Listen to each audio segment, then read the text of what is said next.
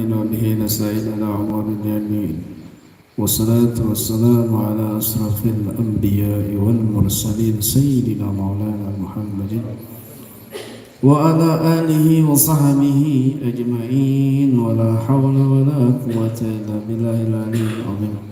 قال المصنف رحمه الله نفعنا به وبعلمه في الدارين آمين يا رب.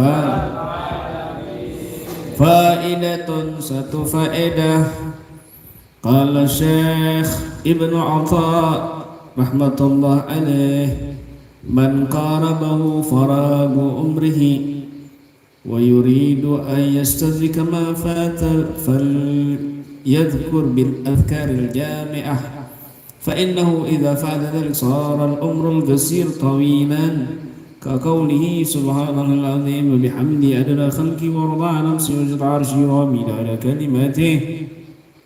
وكذلك من فاته كثرة الصلاة والقيام أن يسجل نفسه بكثرة الصلاة على رسول الله صلى الله عليه وسلم فإنك لو فعلت في عمرك كل طاعة ثم صلى الله عليك صلاة واحدا لرجحت تلك الصلاة الواحدة على كل عملك وما عملت في عمرك كله وما عملت في عمرك كله وما عملت في عمرك كله من جميع الطاعات لأنك تصلي على قدر وسعك وهو يصلي على حسب ربوبيتك.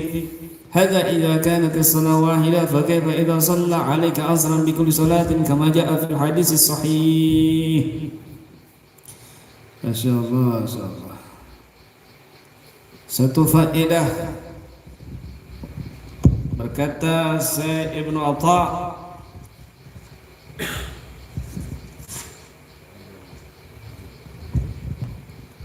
man qarabahu faragu umrihi, barang siapa yang mendekatkannya atas usianya yang banyak, dekat usianya maksudnya sudah tua, sudah panjang umur, usia 53 tahun misalnya, sudah banyak makan garam, sudah tua, lalu dia pingin menututi,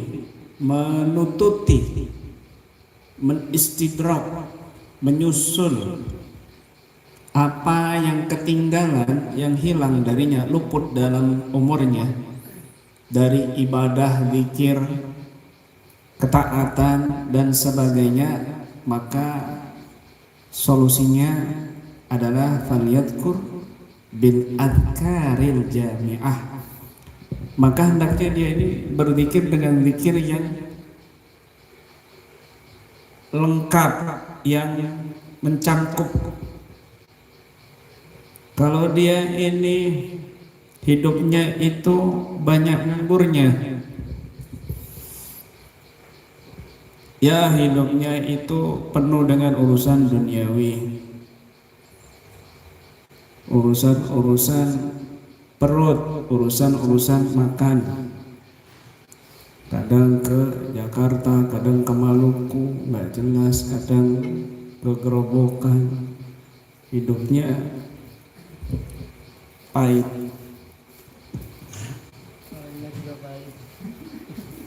Gak jelas maunya apa, ya, hitung dagangan, hitung herbal. Kemudian zikirnya berkurang, ibadahnya berkurang, taatnya berkurang, maka ada amalan yang sangat jitu di dalam menomboki itu semua, di dalam menembel itu semua, bahkan bisa mencangkup semuanya. yaitu dengan zikir-zikir yang mencakup, zikir-zikir yang lengkap, singkat, padat. Jika dia melakukan itu soror umur basir tawilan, maka usia dia yang sedikit jadi panjang gitu. Jadi panjang. Ya, mungkin 9 tahun lagi meninggal atau 5 tahun lagi meninggal. Sunnah nabinya kan 63 tahun gitu. 53 tahun berarti kurang berapa tahun lagi kan begitu. Sebentar lagi dia mau meninggal, tapi masih jiwa pejuang cinta.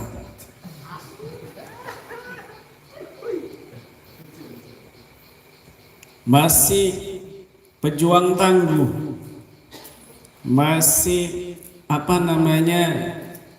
zikirnya ini Quran ya, maka umur yang pendek itu, misalnya dia masih muda umur 37 tahun, jadi panjang umurnya, dinilai banyak nilai ibadahnya meskipun umurnya pendek, begitu maksudnya.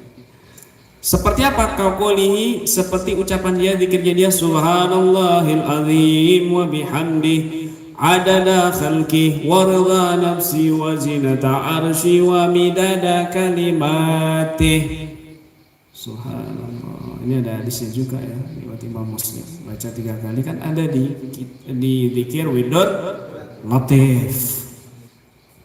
Orang yang melanggengkan, merutinkan, mengistiqomahkan wirdul latif, artinya dia telah mengamalkan zikir yang mencangkup dan menempel, menututi, melengkapi apa yang kurang dalam hidupnya daripada zikir-zikir, ketaatan-ketaatan, ibadah-ibadah yang lain.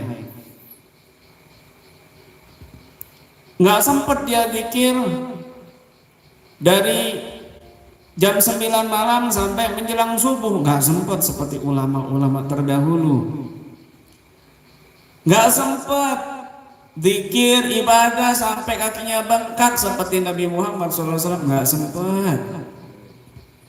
Nggak sempat. Kakinya bengkak rusak karena kena pasir, karena kena semen. Bukan ahli ibadah, bukan banyak ibadah. Bukan. Apalagi kalau subuh disiram nggak bangun-bangun. HP-nya yang bangun duluan, alarmnya bunyi, bangunin sak kamar, orangnya nggak bangun-bangun. Lempar pakai pisau baru bangun. Lama-lama tak pacul pakai pedang. Ada samurai di samping. Kalau enggak tembakan senapan. Biar langsung bangun mati.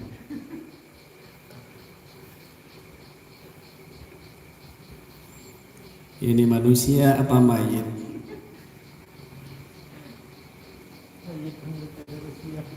Maka dia perbanyak zikir, subhanallahil azim wa bihamdi adada khalqi wa ridha nafsi wa zinata arsy wa midada kalimatih. Allah, ini luar biasa faedah dan pahalanya. Kalau diartikan subhanallahil azim bihamdi, subhanallahil azim bihamdi adada khalqi, sejumlah makhluknya. Berapa makhluknya Allah? Kamu pikir makhluknya Allah manusia tok, binatang tok, benda-benda mati tok, malaikat tok, jin tok. Gak ada yang bisa ngitung makhluknya Allah. Arus juga masuk makhluknya Allah. Ya Allah, arus juga masuk makhluknya Allah. Wa ridha nafsi, dengan keridhaan dirinya Allah sendiri, seukuran ridhonya Allah sendiri. Wah, Allah. Wazinata arsy, seberat timbangan arsy-nya Allah. Arsy-nya Allah makhluk yang paling besar dari seluruh makhluk yang ada. Atapnya surga, arsy Allah itu singgasananya Allah. Langit ini ya, bumi ini, bumi. Langit pertama aja ujungnya kita belum ada yang bisa menemukan. Langit pertama loh ujungnya. Dari dulu sampai sekarang belum ada yang menemukan sampai di mana. Ketemu lagi Andromeda, ketemu lagi. Masya Allah, planet baru. Ujungnya langit pertama sampai sekarang belum ada yang menemukan. Bumi dibandingkan langit pertama ibarat lubang di tengah lapangan. Kemudian langit pertama dibandingkan langit kedua, maka langit pertama ibarat lubang semut di tengah lapangan. Langit pertama, langit kedua sampai langit ketiga, maka langit kedua ibarat lubang semut di tengah lapangan.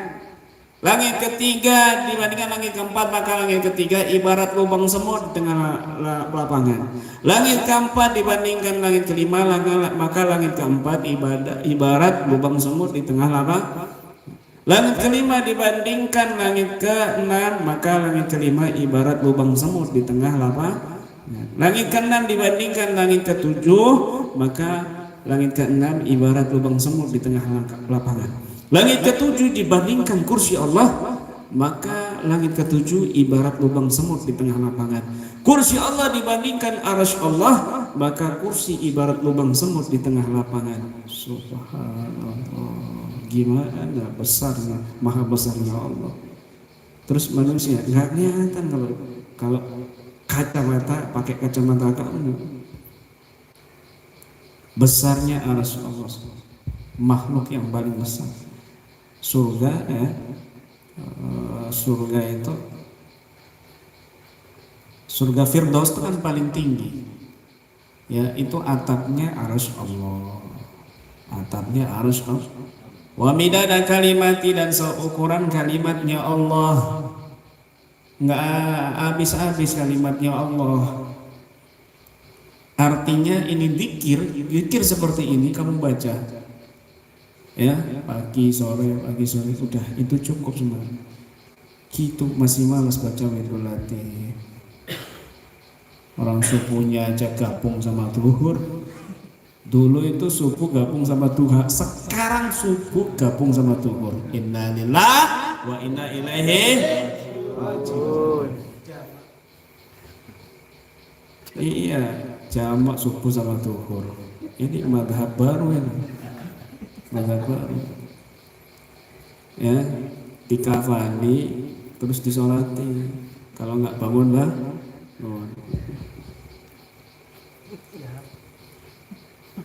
Kemudian wakadzalik, barang siapa, demikian juga barang siapa yang dia ketinggalan banyak sholat, banyak qiyamul lail, sholat sunnahnya kurang, tahajudnya kurang, aduh, apalagi zaman sekarang, ya Allah ya, banyak begadang bukan untuk ibadah tapi untuk dunia. Orang dulu Masya Allah nggak bisa diceritakan, saudara, malu kalau menceritakannya dengan diri kita sendiri. Kalau dia ini ketinggalan banyak sholat, banyak tahajud, maka hendaknya dia menyibukkan dirinya bikasratis shalah ala Rasulullah sallallahu alaihi wasallam.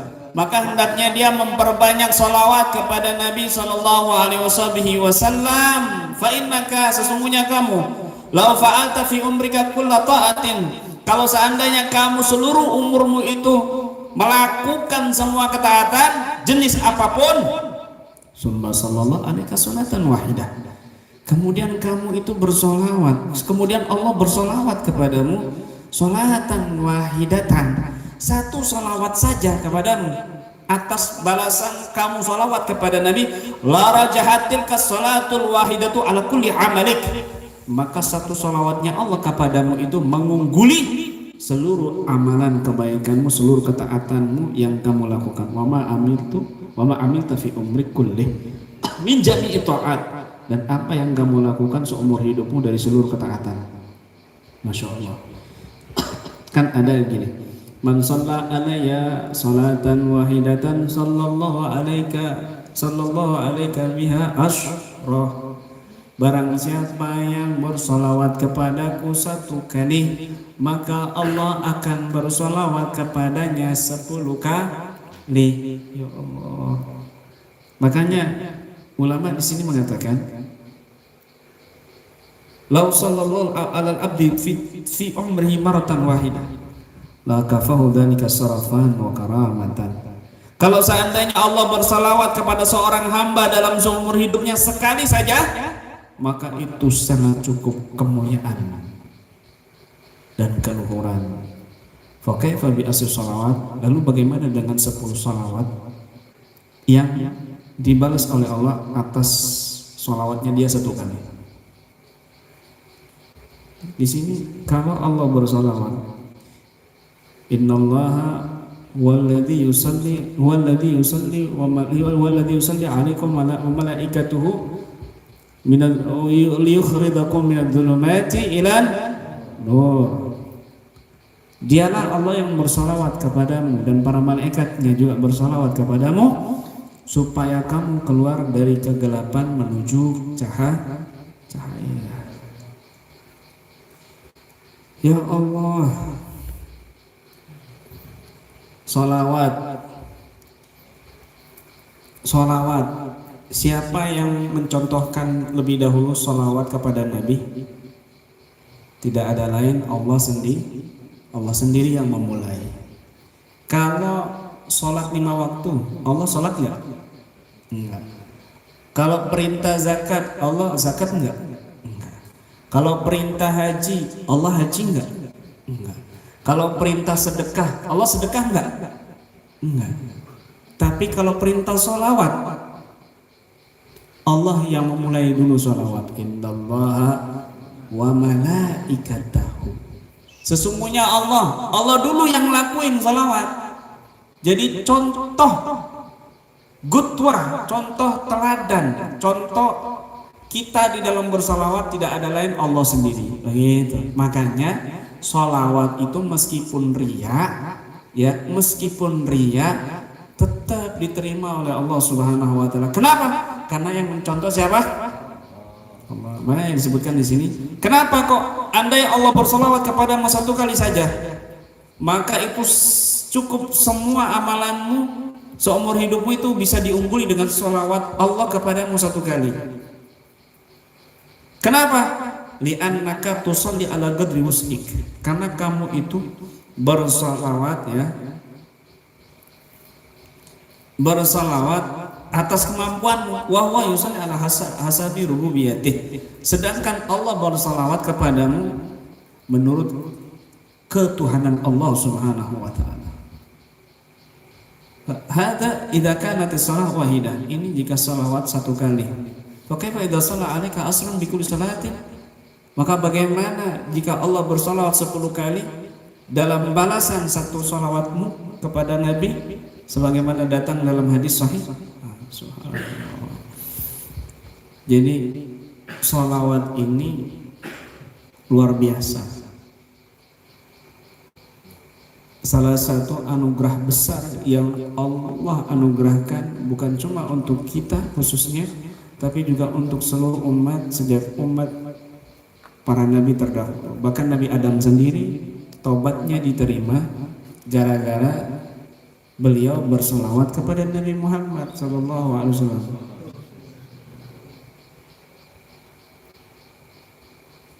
Ya Allah, ampuni dosaku dengan hak kemuliaan Muhammad. Allah bertanya, bukan Allah nggak tahu. Kenapa engkau tahu Muhammad? Sejak engkau ciptakan aku dan aku buka mataku, lalu di tiang arsy ada namamu dan nama Muhammad, maka aku meyakini tidaklah disandingkan nama itu kecuali itu kekasih yang kau paling cintai. Maka aku bertawassul dengannya agar kau ampuni dosaku. Karena sebab itu maka Nabi Adam diampuni oleh Allah Subhanahu wa ta'ala. Salawat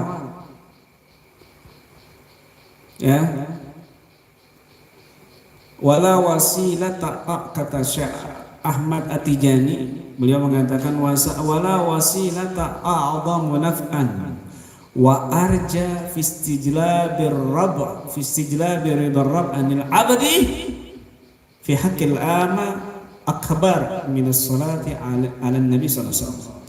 Tidak ada wasilah yang paling bermanfaat, yang paling prospek di dalam menarik keridhaan Allah Subhanahu wa taala bagi seorang hamba untuk kalangan awam yang lebih besar selain bersolawat kepada Nabi Shallallahu Alaihi Wasallam. Kalau kita ini sholat misalnya nggak ada khusyuk-khusyuknya, mikirnya sudah kemana-mana, mulai takbir sudah hilang ingatan, nggak khusyuk, zikir aja nggak khusyuk, apalagi sholat yang paling ringan. Puasa juga demikian, nggak ada amalan kita ini yang bisa diandalkan. Makanya wasilah yang paling besar di dalam menarik ridha Allah untuk kalangan orang awam tidak ada lain salawat kepada Nabi sallallahu alaihi wasallam. Salawat kepada Nabi. Salawat kepada Nabi. Bahkan beliau bersabda, "Man shalla alayya asra marat hina yumsi wa asra marat hina yusbih adrakathu syafa'ati." Barang siapa yang dia bersolawat kepadaku di pagi hari 10 kali, di sore hari 10 kali, maka dia berhak mendapat syafaatku. Ya Allah, ringan banget, ringan sekali Allah anugerahkan nikmat ini. Kamu baca sholat berapa kali? Ya 10 kali, sholat apapun. Pagi habis roti padat sholawat, habis widul latif sholawat, ya 10 kali tambah sholawat rabitoh. Itu minimal banget ya. Kita dalam sholat itu juga bersolawat kepada Nabi. At-tahiyatul mubarakatus sholawatu thayyibatun lillah, assalamu alaika. Dalam sholat 5 waktu 9 kali kita bersolawat kepada Nabi SAW. Itu nggak khusyuk. Seperti Imam Ali Khalil Ghassan yang tidak beranjak dari sholawat di dalam tahiyatnya kecuali mendengar jawaban langsung dari datuknya Nabi Muhammad SAW. Assalamualaikum ya Syekh. 10 kali pagi sama sore hari. Ya Allah, ringan.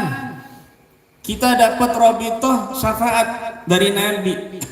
10, cuma itu aja rumusannya, kuncinya, tiketnya, kuponnya, cuma itu aja. 10 pagi dan 10 sore hari. Nggak berat-berat, bukan 10.000 biar mendapat syafaatnya Nabi, cuma 10 pagi sore. Kita mungkin kalau mau sholawat ya Allah, sebelum tidur kayak orang-orang santri zaman dulu ya, di zaman kita santri, sebelum tidur kitabnya ditaruh, terus wudhu, sholat hajat, sholat witir, kemudian bersolawat kepada Nabi sampai nangis, baru tertidur, baru bisa mimpi Nabi. Kalau sekarang kan enggak. Kalaupun enggak mampu, boleh kamu megang HP. Masa mau ketiban terus mukanya kena HP baru tidur, kan gitu. Kejatuhan HP terus di mukanya baru tidur. Minimal itu ngantuk ya, nggak apa-apa. Mungkin dia ada keperluan dagang di handphone, zaman sekarang serba handphone. Ya, cari makan handphone, belanja handphone, beli barang handphone, cari jodoh handphone. Minimal kamu taruh HP kamu terus sholawat 3 kali atau 10 kali sudah. Nggak apa-apa kamu sampai begadang misalnya megang handphone, tapi akhir hidupmu kamu, akhir tidurmu kamu ya, hidup mau tidur, karena tidur itu juga akhul maut, mautatus sugro. Ya, tidur itu kata Nabi kematian kecil. Akhul maut, inna naum akhul maut. Maka ketika dia tidur misalnya dia bersolawat, itu minim banget itu. Kalau santri ya dia ambil wudhu, sholat, kemudian bersolawat menghadap kiblat sampai betul-betul khusyuk, ya, menangis rindu, baru tertidur menghadap ke kiblat. Sunnahnya Nabi kan begitu. Di Rabbi wadatu jambi dan seterusnya, doa tidur. Kemudian Kenapa?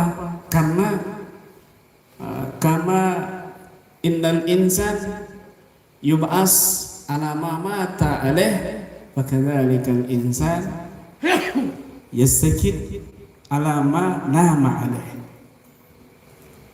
Sebagaimana hadis Nabi SAW, manusia itu dibangkitkan nanti di hari kiamat menurut kondisi dia ketika matinya, kebiasaan ketika matinya.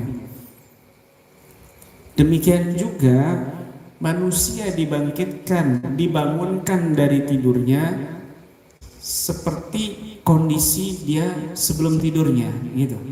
Sebelum tidurnya dia rindu sama Nabi, bangun tidur dia rindu sama Nabi. Ini ciri-ciri orang yang baik dalam hidupnya. Sebelum tidur dia urusan janda, pasti bangun tidur mikir janda. Ini rumus loh, dengarkan baik-baik ya. Ini rumus dengan kias. Karena Nabi SAW bersabda, innal insan yub'as ala ma mata. Manusia itu dibangkitkan menurut kondisi dia sebelum mati, kebiasaan dia sebelum mati.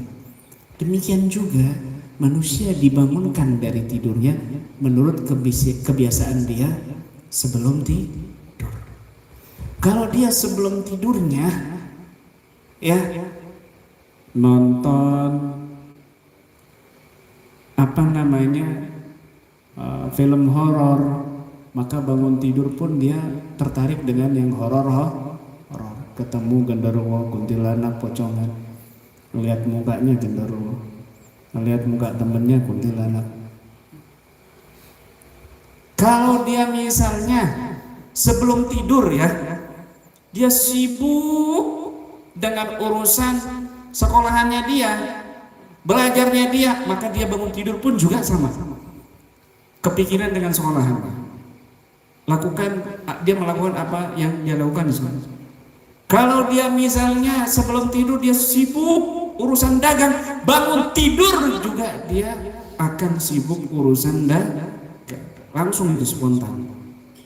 Manusia itu dibangkitkan di hari kiamat sesuai kondisi kebiasaan dia sebelum meninggal. Demikian juga manusia itu dibangunkan dari tidurnya menurut kebiasaan dia sebelum tidur.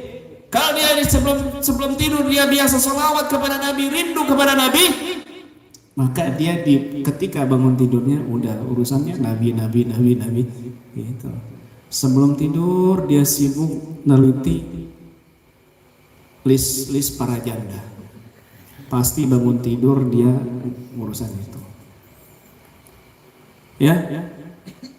Sebelum tidur dia sibuk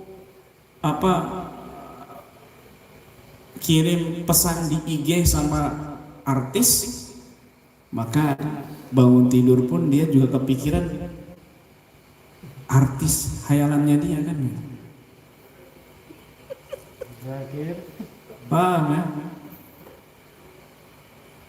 Itu mimpi yang mustahil kan.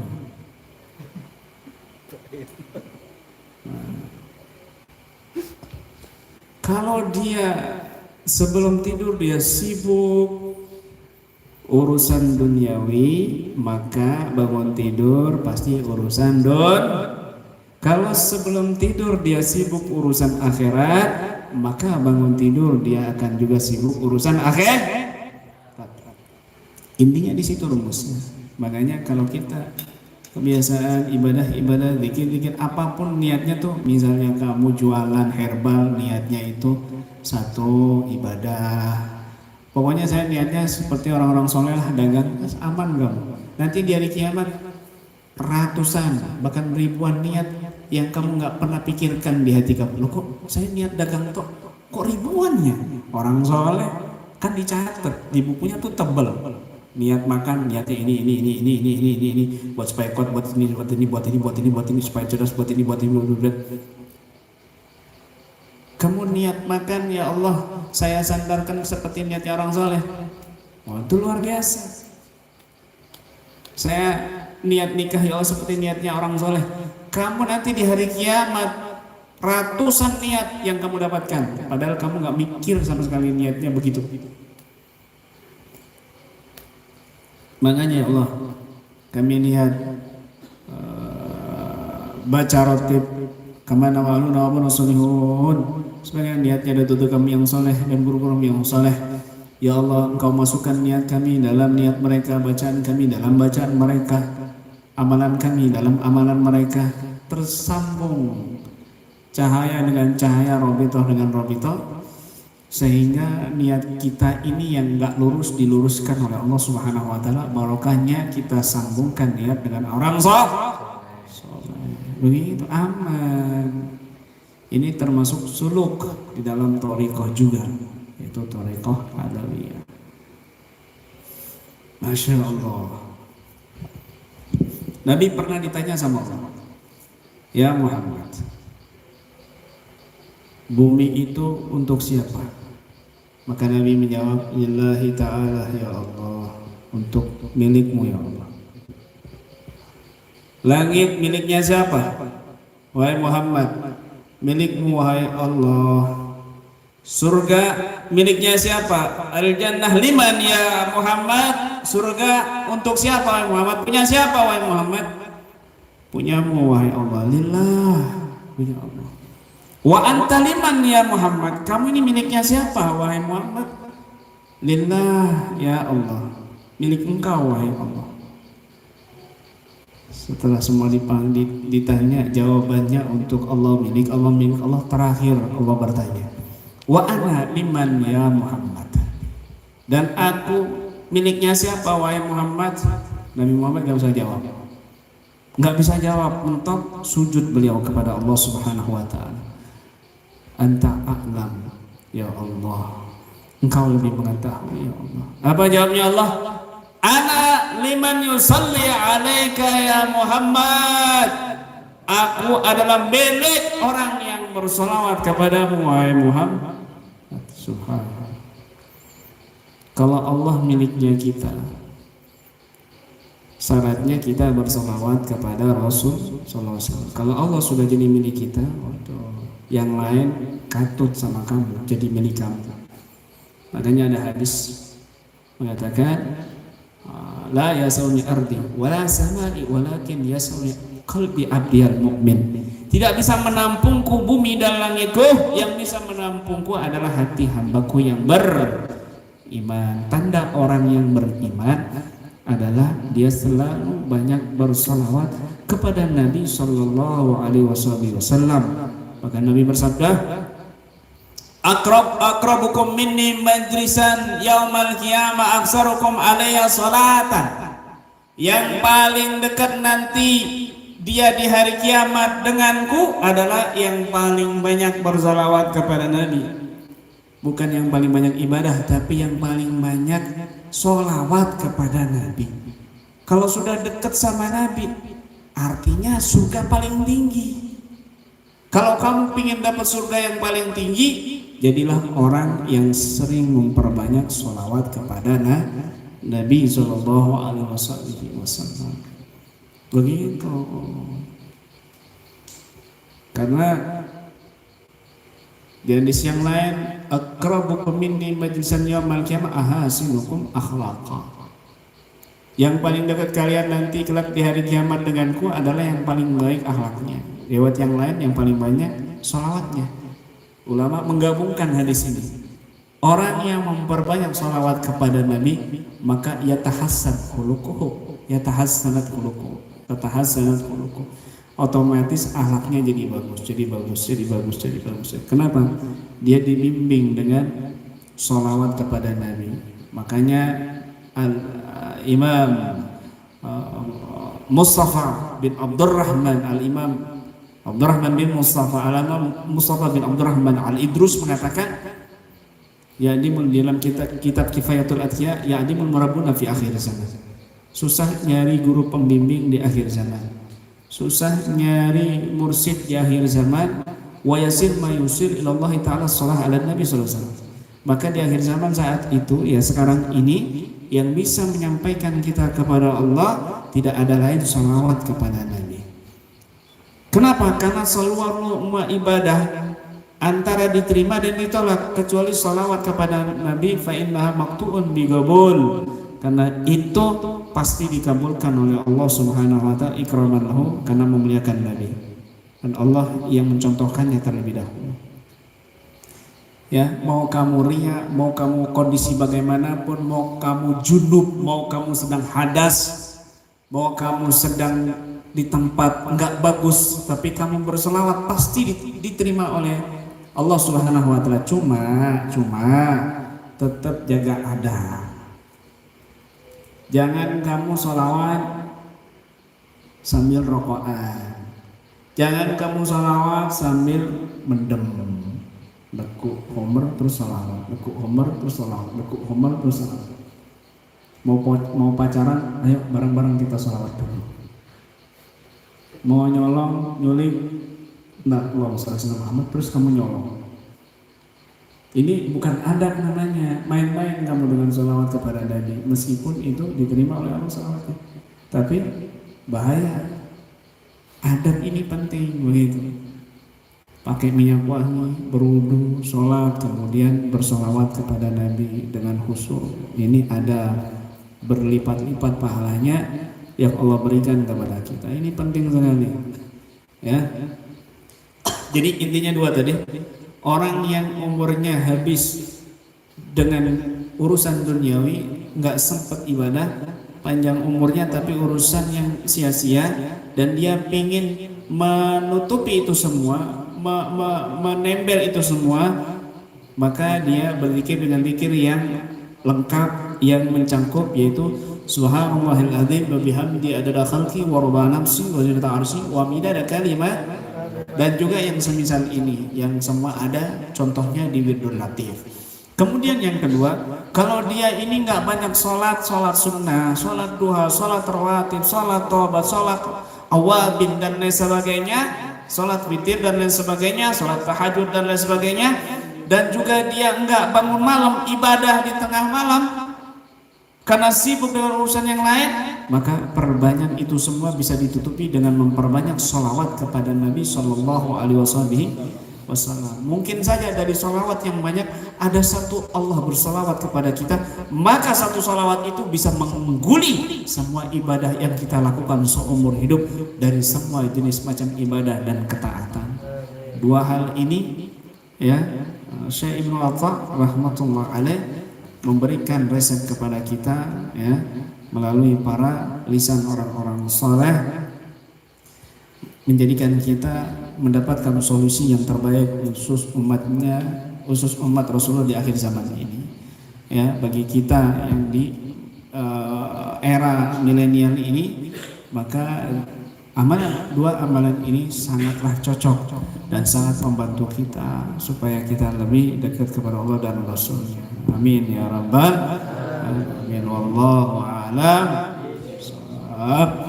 Allahumma salli ala sayyidina Muhammadin. Allahumma salli ala sayyidina Muhammadin wa alihi wa sahbihi wa tabi'ina salihin wa alihi wa sahbihi wa tabi'ina salihin. Ayo bangkit saudaraku, kita langkah dalam dakwah, jangan ragu saudaraku, kita gapai syifa rahmah. Ini kami satu jiwa, keluarga besar Ruqyah Aswaja. Ini kami satu jiwa, keluarga besar Ruqyah Aswaja. Ya ayo dengan Quran terapi jasmani, ya ayo dengan Quran tetap olah hati, ya ayo dengan Quran terapi jasmani, ya ayo dengan Quran tetap olah hati. Satukan langkahmu bersama sang guru, satu langkah pasti. Satukan langkahmu dakwah KBRA, jiwa dan raga, jiwa dan raga. Salatullah salamullah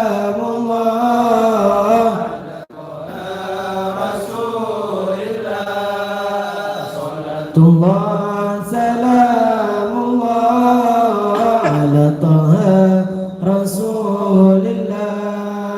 Salatullah salamullah ala yasin habibillah.